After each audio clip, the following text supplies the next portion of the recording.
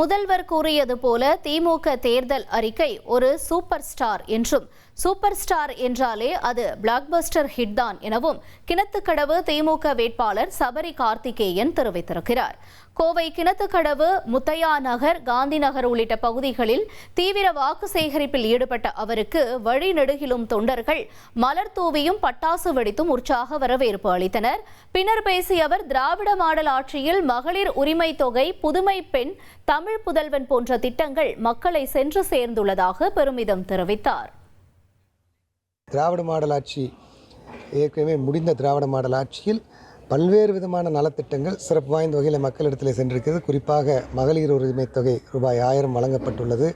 அதே போன்று புதுமை பெண் திட்டம், தமிழ் புதல்வன் திட்டமான கல்வி பயிலும், உயர்கல்வி பயிலும் மாணவ செல்வங்களுக்கு 1000 ரூபாய் வழங்கப்பட்டுள்ளது.